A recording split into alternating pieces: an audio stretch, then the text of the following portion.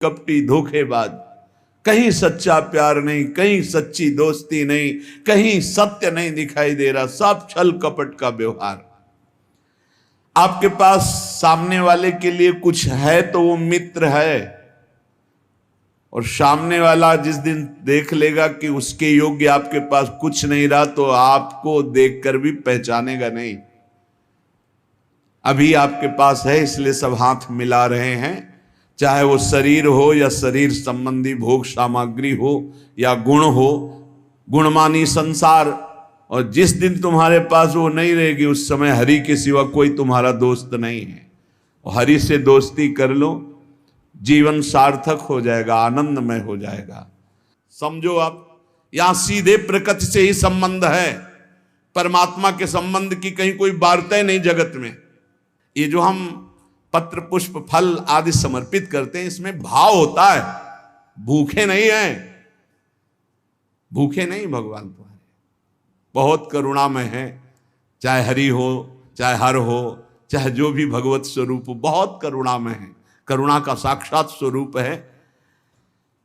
हमारा संबंध प्रभु से जो है उसको हम स्वीकार नहीं कर रहे, बस खास बातें हैं। और प्रकृति से शरीर का संबंध है, और हम शरीर को मैं मानकर प्रकृति से संबंध माने हुए, परमात्मा से संबंध नहीं, यही बड़ी हानि हो गई। और प्रकृति अर्थात संसार का संबंध कभी सम नहीं होता, बराबर नहीं चलता, नहीं चलेगा, एक जैसा बराबर कभी नहीं रहेगा। ये शरीर नहीं रहा तो इसका संबंध कैसे बराबर रह सकता है? कभी तो ये बालक था, किस घड़ी किस मिनट जवान हुआ पता नहीं चला, कब मुझ के बाहर निकले, तिथि तारीख है कोई तारीख किसी के पास? आज तक कोई विश्व में बतावे किस दिन तुम्हारे मुझ का बाल निकला, किस दिन तुम जवान हुए, किस दिन तुम बुढ़ापा कब मर जाओगे, तुम्हें पता नहीं। और ऐसे झूठे प्रकृति से इतना जोर का संबंध है कि यही लगता है मैं हूं। प्रभु जो हमारे हैं वो हमारे नहीं लगते। घनिष्ठ से घनिष्ठ संबंध में विषमता आ जाएगी, प्रकृति संसार से घनिष्ठ संबंध में कटुता विषमता आएगी, आएगी, देख लेना। क्योंकि यहां समता है नहीं, ये विषम है संसार, समता नहीं है यहां। आपसे हम प्रार्थना करना चाहते हैं कि बिना अध्यात्म के कोई कहीं सुखी नहीं हो सकता। कल एक प्रश्नकर्ता ने प्रश्न किया कि आजकल बहुत प्रेम विवाह हो रहे हैं, तो इसमें जब लड़की और लड़का राजी है तो जीवन भर सुखी ही रहेंगे? नहीं रहेंगे। जब तक वो अध्यात्म को नहीं जानेंगे तो शरीर राग के कारण वो प्रेम विवाह कर रहे हैं वासना पूर्ति के लिए। और जिस दिन उससे अच्छा कोई शरीर रागी मिल गया तत्काल त्याग कर देगा, चाहे बेटा हो चाहे बेटी हो, लड़का हो चाहे लड़की हो। और ये शरीर प्रतिक्षण नाश को प्राप्त हो रहे हैं। इनकी सुंदरता, इनका बल, इनका भाव प्रतिक्षण पतन की तरफ जा रहा है। जो तत्व से प्रेम करता है उसका प्रेम बढ़ता जाता है, जो शरीर से प्रेम करता है उसका प्रेम क्षीण होता जाता है। किसी को भी देखो, देखते देखते वैराग्य हो जाएगा। क्यों? वो प्रतिक्षण नाशवान है और प्रभु प्रतिक्षण वर्धमान रूप है। इसलिए जिनको अध्यात्म का ज्ञान नहीं हो, चाहे प्रेम विवाह करें, चाहे धर्मपूर्वक विवाह करें, चाहे जैसे जीवन जीना चाहें, कभी शांति नहीं प्राप्त हो सकती। सब गुण मिल गए, धर्मयुक्त गोत्र के विपरीत भाव भी मिल गए, सब भाव मिल गए, सुंदर भाव मिल गया, लेकिन अध्यात्म का ज्ञान नहीं तो काम क्रोध लोभ मोह मद मत्सर ये विकार दुर्गति कर देंगे, कोई प्रेम शाश्वत की प्राप्ति नहीं करा देंगे। अध्यात्म के बिना गोस्वामी तुलसीदास जी महाराज कह रहे हैं कि वो मरा हुआ व्यक्ति है। जिन हरि भगति हृदय नहीं आनी, जीवित सब समान तेई प्राणी। जिंदा व मुर्दा टहल रहा है, ना उसमें देवी संपदा है, ना भगवत भाव है। कैसे कैसे तुम्हें खेल बताएं, संसार में रहते हो देख रहे हो क्या क्या खेल हो रहे हैं। बिना भगवान के मार्ग का अनुसरण किए कभी भी कोई कहीं भी सुखी नहीं हो सकता, शांत नहीं हो सकता, चाहे जो दुनिया के नाटक कर लो। हे किशोरी जू, बिनु पद कंज, आपके श्री चरणारविंद के बिना ये दुखद सब लागे। जिनको ये भावना है कि सुखद सब लागे, तो देख लो पूरे जीवन को, पूरे जीवन को देख लो, सब कुछ है लेकिन शांति नहीं, विश्राम नहीं, संतोष नहीं, अभय नहीं, निश्चिंतता नहीं, निर्विकारिता नहीं। क्या प्राप्त हुआ, क्या मिला जीवन में?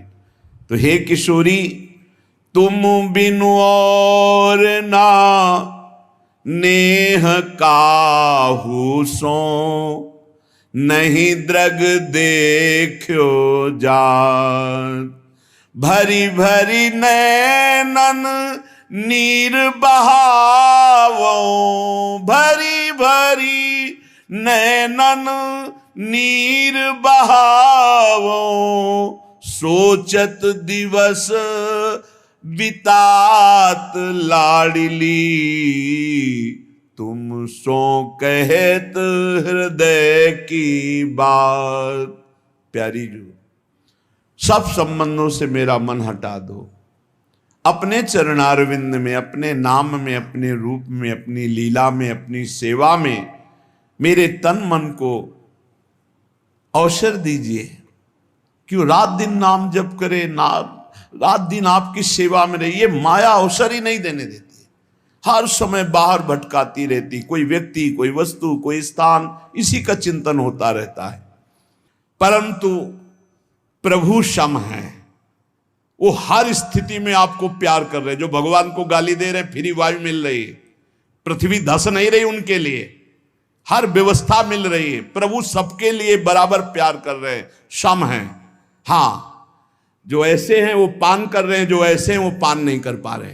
अहंकारी, भगवान से विमुख, वो ऐसे हैं, और जो दैन्य भगवान के सन्मुख, वो ऐसे हैं। बरसा बराबर हो रही है, पान करने की पद्धति नहीं आई, इसलिए वो भगवान को दोष दे रहे हैं। भगवान तुम्हारे अहेतुकी मित्र थे, हैं, रहेंगे, अहेतुकी किसी हेतु से नहीं। संसार ना कभी तुम्हारा था, ना है, न रहेगा, देख लेना, परिणाम में देख लेना। अतः सम स्वरूप भगवान की प्राप्ति के लिए क्रियाओं से संबंध विच्छेद और इन करणों से संबंध विच्छेद, तब अनुभव होता है कि मेरा संबंध प्रभु से है। बड़ा सूक्ष्म विषय है। देखो, अगर नहीं इस विषय को समझोगे तो भंडारा खाते घूमते रहोगे, रुपया जोड़ते रहोगे, मर जाओगे, दूसरा प्रयोग करेगा। पक्की बात समझ लो, ये देखी हुई बात कह रहे। अब बैंक में जमा है, हर भंडारे का 100 रुपया या जहां से आया वो जमा है बैंक, और मर गए और वारिस कोई है नहीं, तो भारत सरकार के काम। जिंदगी भजन के लिए मिली थी, वो चिंतन में। रुपया क्या करता है? चिंतन फंसाता है। कितने हुए? बोले 99। बोले एक और जोड़ो 100 हो जाए। एक नहीं मिलेगा, 10 मिलेंगे। बोले अब 109 है, अगर और व्यवस्था, वो 99 का चक्कर फंसता चला जाता है, पूरा जीवन बर्बाद। जब कोई उपासक सत्संग प्राप्त करता है, जैसे आप सत्संग सुन रहे, ये कभी निष्फल नहीं जाएगा। सत्संग बोध करा के ही छोड़ता है। जैसे नींद से आंख खुलती है, तो नींद में हम बेशुद्ध होते हैं, लेकिन जब आंख खुलती तो हमें चेतना हो जाती है, मेरा क्या कर्तव्य है, मुझे क्या करना चाहिए, तत्काल हम एक्टिव हो जाते हैं। ऐसे ही संसार में मोह निद्रा में हम सोए हुए हैं। जब सत्संग मिलता है तो मानो ज्ञान की आंख खुलती है। अरे मेरा कर्तव्य क्या है, मैं तो संसार में रचा पुचा था, आज सत्संग से सुना कि मेरे जीवन का सार है कि हर दोष का त्याग करके भगवान का भजन करते हुए, ठीक से आचरण करते हुए भगवत प्राप्ति करना। ये सत्संग फर्क डाल देता है जीवन में।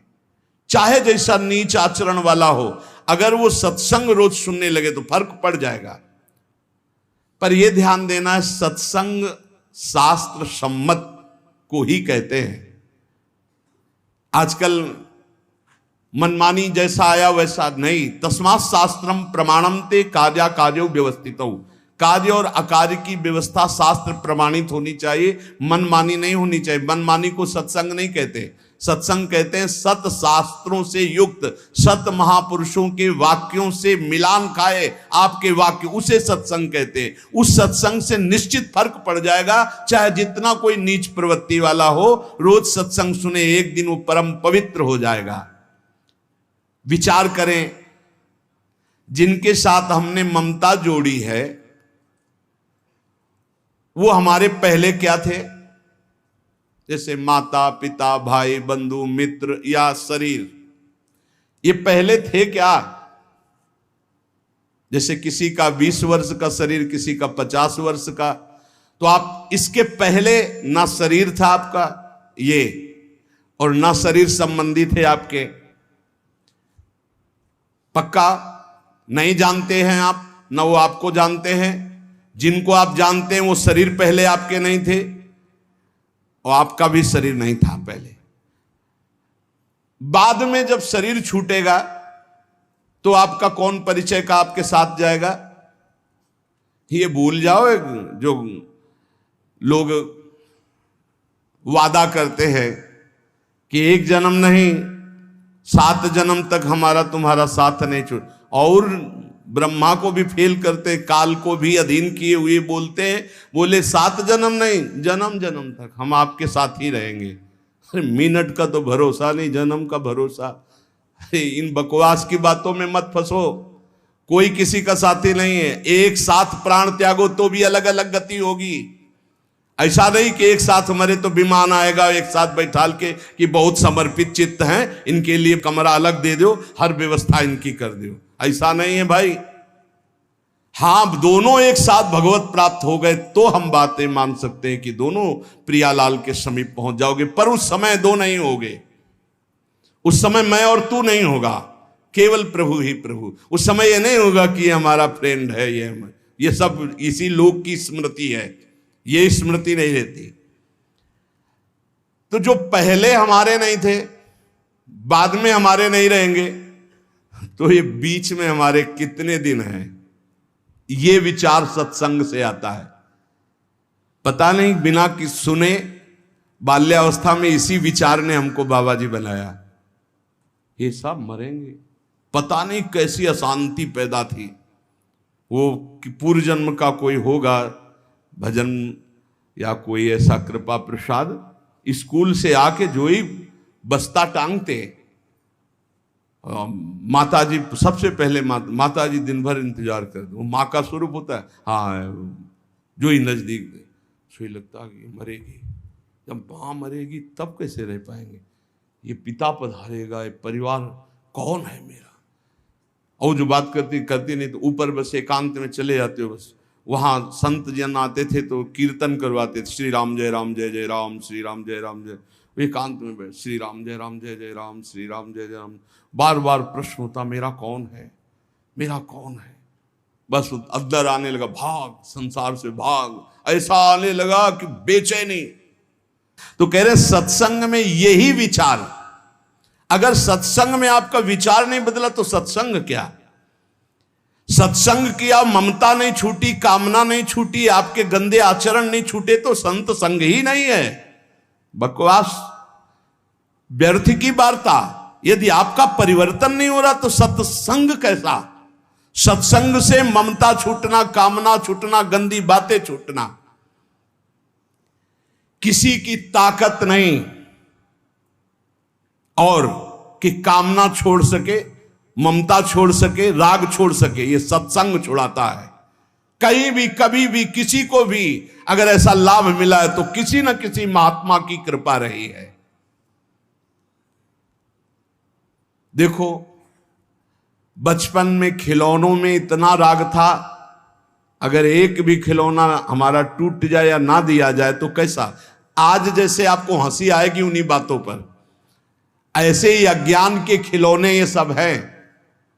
जितने संबंध आप मान रहे हो, जब आपको ज्ञान होगा तो हंसी आएगी इन्हीं बातों पे, कैसा समय व्यर्थ कर रहा था। पर ये ज्ञान वैराग्य से होता है, और ये वैराग्य विवेक से होता है, और ये विवेक सत्संग से होता है। बिन सत्संग विवेक न होई, और होए विवेक मोह भ्रम भागा तब सब विषय विलास विरागा, जहां विषयों से वैराग्य, तो शुद्ध ज्ञान प्रकाशित हो जाता है। इसलिए सत्संग चाहे 10 ही मिनट का हो, रोज सुनना चाहिए। सत्संग से जरूर परिवर्तन होता है। पहले सत्संग से हलचल पैदा होगी, क्योंकि जो हृदय में गंदी बातें हैं उनके ऊपर आक्रमण होगा सत्संग के द्वारा। ये हलचल अगर सत्संग करते रहे तो शांत हो जाएगी, अगर नहीं किया तो फिर फंसा देगी माया में। क्योंकि ऐसे हम देख रहे हैं, जैसे आपने निश्चय किया आज के बाद शराब नहीं पीऊंगा, मांस नहीं खाऊंगा, गंदे आचरण नहीं करूंगा। अब बड़ी हलचल पैदा हुई, वो आपको ऐसी जगह ले जाएगा जहां कम से कम दर्शन ही हो जाए। चूक मत करना। जो हलचल पैदा हुई, मंथन पैदा हुआ, उसमें पहले विष आता है। यतज्ञ विस्मि परिणामे अमृतोपमम, यही विष है आसक्ति। नष्ट कर दो इस आसक्ति को, फिर आप देखना आनंद में डूब जाओगे। ये ज्यादा देर हलचल नहीं रहेगी, बस चलते रहो आगे। अगर लौट पड़े पीछे तो हलचल ही हलचल है, अशांति ही अशांति है। क्या आज तक कोई ऐसा है कि जिसको सत्संग मिला और फर्क ना पड़ा हो? कोई ऐसा नहीं हो सकता। उसके जीवन में कुछ ना कुछ सुधार परिवर्तन जरूर है जो सत्संगी है। जरूर जरूर फर्क पड़ेगा, जरूर पड़ेगा। ऐसा हो नहीं सकता कि चंदन के आसपास के वृक्ष, चाहे वो नीम हो चाहे बबूल हो, उनमें सुगंध ना आ जाए। ऐसे ही संत संग से जीवन में भागवतिकता ना आ जाए, ऐसा हो नहीं सकता। या वो संत नहीं है और या आप बहुत बड़े अपराध कर रहे हो वर्तमान में, इसलिए कोई फर्क नहीं पड़ रहा। नहीं तो सत्संग का निश्चित फर्क पड़ता है। ये जो फर्क पड़ता है, इसमें यह नहीं देखा जाता कि सत्संग सुनने से हमारा धन बढ़ा है, सत्संग सुनने से हमारा व्यापार बढ़ा, फर्क पड़ा, इसे ये फर्क नहीं है। यह देखा जाता है सत्संग सुनने से हमारे विकार कितने कम हुए हैं, सत्संग हमें कितनी गंदी बातों से हटाकर सच्चे मार्ग पर, अच्छे मार्ग पर, यह चमत्कार है सत्संग का। ये नहीं कि हम उन साधु से जुड़ गए तो हमारी कामनाओं की पूर्ति हो गई, तो बोले बड़ा चमत्कार। इसे चमत्कार नहीं कहते। चमत्कार कहते हैं अनंत जन्मों की वासनायुक्त मन को पलटकर भगवान के मार्ग में लगा देना। सुख और दुख, ये दोनों पूर्व प्रारब्ध कर्म के अनुसार मिलते हैं, लेकिन सत्संग दोनों में सहन करने की सामर्थ्य देता है। सत्संग का फल समझो, सत्संग का फल दुख मिटाना नहीं है, सुख बढ़ाना नहीं है, सुख दुख दोनों में समान भाव लाना है। सुख दुखे समय कृत्वा लाभा लाभो जया जयो, जो सुख दुख में समान भाव लावे वही सत्संग का भाव। मेरी ऐसी धारणा है कि समस्त पुण्यों का, तीर्थयाटन का, व्रत का, दान का फल है कि परमात्मा में स्थित किसी महात्मा से आपका संबंध हो जाए। पूज्य महापुरुष जिनकी वाणी है कह रहे, मेरी ऐसी धारणा है कि आपके शुभ कर्म, पुण्य कर्मों का, तीर्थयाटन का, दान पुण्य का, आपकी साधना का फल यह है कि परमात्मा में स्थित किसी महात्मा का संग हो जाए। भगवान की विशेष कृपा का अनुभव महात्मा के संग से ही होता है। जितने तीर्थ बने हैं वो सब भगवान से ही बने या भगवान के प्रेमी महात्माओं, ब्रह्म ऋषियों से स्थापित हैं। भगवान की लीला, भगवान की महिमा, भगवान की महत्ता, माया से मुक्तता, ये केवल संतों के द्वारा जाना जाता है। कैसे माया से मुक्त होना है, भगवान की महिमा क्या है, भगवान की लीला क्या है, भगवान की महत्ता क्या है, ये मेरी धारणा है। मैं अपनी धारणा से कह रहा हूं कि जो भगवान अवतार लेकर कार्य करते हैं उससे कई गुना बढ़कर भगवान के प्रेमी संत जन कार्य कर देते हैं। भगवान तो विनाश लीला भी करते हैं, संत दुष्टता का विनाश करते हैं, दुष्टों का नहीं। बड़ी विशेषता है भगवान और भगवान के भक्तों में। भगवान तो कहते हैं परित्राणाय साधूनाम विनाशाय च दुष्कृताम, दुष्कृत करने वालों का विनाश कर देता हूं। लेकिन संत जन ऐसे नहीं, भगवान से जो प्रेम करते हैं वो दुष्टता का विनाश करके उसे महात्मा बना देते हैं, उसे मारते नहीं हैं। भगवान की महिमा अगर किसी के हृदय में जागृत हुई तो जरूर संत वचन कान में पड़े हैं। भगवान को बड़ा संतोष होता है जब जीव कभी किसी संत को अपना मान लेता है और भगवान उस पर अपार कृपा करने लगते हैं। ये मेरी धारणा है। संसार का सबसे ज्यादा लाभ भगवान के प्रेमी जनों से होता है। संतों में कोई कमी नहीं रखते भगवान, अपनी संपूर्ण सामर्थ्य विराजमान कर देते हैं। संतों में विशेषता आती है, वो श्री भगवान से आती है। संतों की खुद विशेषता नहीं होती, वो श्री भगवान की होती है। इसलिए संत जनों से जगत का बड़ा मंगल होता आया है।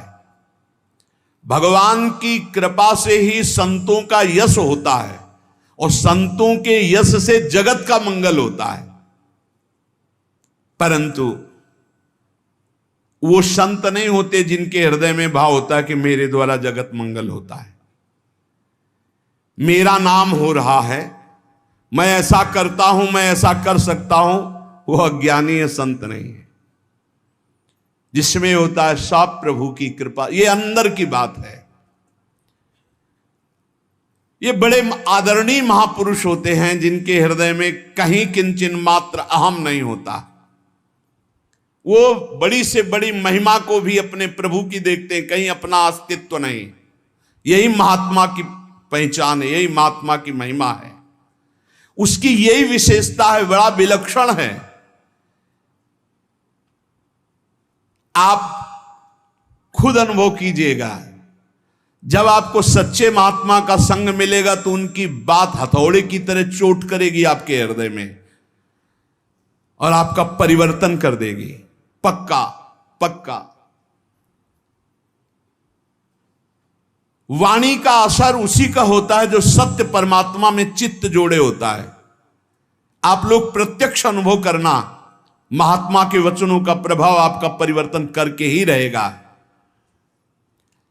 लाखों की तादाद में सुधरते हुए देखा गया उस सत्संग से जो स्वयं संत है, जो स्वयं अपना चित्त भगवान में रखे हुए है। देखो, एक चर्चा होती है, उद्देश्य उसका कहने को हम कुछ भी कह सकते हैं। आंतरिक उद्देश्य को सर्वज्ञ भगवान पहचानते हैं। अगर आंतरिक उद्देश्य है भगवान की चर्चा और सबका मंगल, केवल यही उद्देश्य है, निश्चित परिवर्तन होगा। वो आंतरिक उद्देश्य है अर्थ प्राप्ति, भोग प्राप्ति, मान प्राप्ति, भगवत प्राप्ति की कहीं कोई आंतरिक बात, उसका प्रभाव नहीं पड़ेगा। थोड़ी देर मनोरंजन भले हो, प्रभाव नहीं पड़ सकता। भगवान में जिन्होंने चित्त जोड़ दिया, ऐसे संतों की अपार महिमा, अनंत असीम प्रभाव। मेरी वाणी में सामर्थ्य क्या मैं कह सकूं। आज तक संसार में जितनी अच्छाई है, भलाई है, उसमें किसी न किसी महात्मा का उसके जीवन में हाथ है।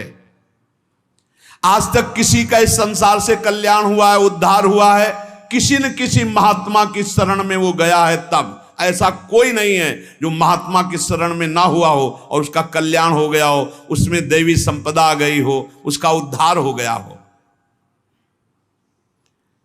बड़े भाग्यशाली हैं जिन पर महात्माओं का अपनापन है। महात्माओं से अपनापन पुण्यात्मा, लेकिन जिनका महात्माओं ने अपनापन स्वीकार कर लिया, ये अपने हैं ऐसा जिनके चिंतन में आने लगा, बड़े भाग्यशाली है। भगवान जब विशेष कृपा करते हैं तब महात्माओं के हृदय में प्रियता पैदा कर देते हैं सामने वाले के प्रति। नहीं तो निरपेक्ष महात्माओं के हृदय में कैसे आ सकता है कि ये अपना है। अपना और पराया तो मायाकृत शब्द है, लेकिन ये अपना भगवत कृपा से आता है। जब द्रव्य दीन दयालु राघव तो साधु संगति पाई, और वो साधु संगति ये अपने हैं, ऐसा भाव आ जाना। संसार नाश की तरफ ले जा रहा है, संसार में महात्मा कल्याण की तरफ ले जा रहे हैं। बड़ा अंतर है। संसार प्रतिपल नाश की तरफ ले जा रहा है, महात्मा प्रतिपल कल्याण की तरफ। ये भगवान एक नंबर कृपा करिए हैं। जिनके ऊपर एक नंबर की कृपा है वो कल्याण की तरफ बढ़ रहे हैं। दुनिया मात्र अगर महात्मा का संग मिल जाए तो सबका कल्याण हो जाए। राम सिंधु घन सज्जन धीरा, चंदन तरु हरि संत समीरा। भगवान आनंद समुद्र है, तो उस आनंद समुद्र की वर्षा करने वाले महात्मा जन हैं। हर शास्त्र से, अपनी तपस्या से, भजन से उस आनंद के शब्दों को घसीटा और बरसा दिया सत्संग के द्वारा। भगवान चंदन का वृक्ष है तो संत वायु हैं, उस सुगंध को फैलाने वाले हैं। जितना लाभ संतों से होता है उतना और किसी से नहीं होता। मतलब समुद्र भी उतना लाभ सबको नहीं दे सकता जितना वर्षा से होता है, क्योंकि समुद्र के पास जाना पड़ेगा, वर्षा तो फैलकर सब जगह होती है। ऐसे संत चलते फिरते तीर्थ है। भगवान आनंद समुद्र हैं, तो आनंद समुद्र तक पहुंचना बड़ा कठिन, तो उस आनंद समुद्र की हर आनंदमयी बात लेकर संत जन प्रवचन के द्वारा, सत्संग के द्वारा संसार को भिगोते रहते हैं भगवत रस में, भगवत आनंद में। आनंद की बाढ़ अगर कहीं आई है तो सत्संगी के हृदय में ही आई है। भगवान के प्रेमी भक्त अगर कोई बने हैं तो संत कृपा से बने हैं। इसलिए अगर किसी को सत्संग प्राप्त हो गया है तो उसे छोड़ना नहीं। ये दुर्लभ वस्तु है। सुतदारा धन लक्ष्मी पापियों के घर होए, संत समागम हरि कथा तुलसी दुर्लभ दोए। महत्संगस्तु दुर्लभ हो। भगवान का पूजन करना, भगवान का भजन करना, भगवान का चिंतन करना आज तक किसी के जीवन में आया है तो संत संग से आया है।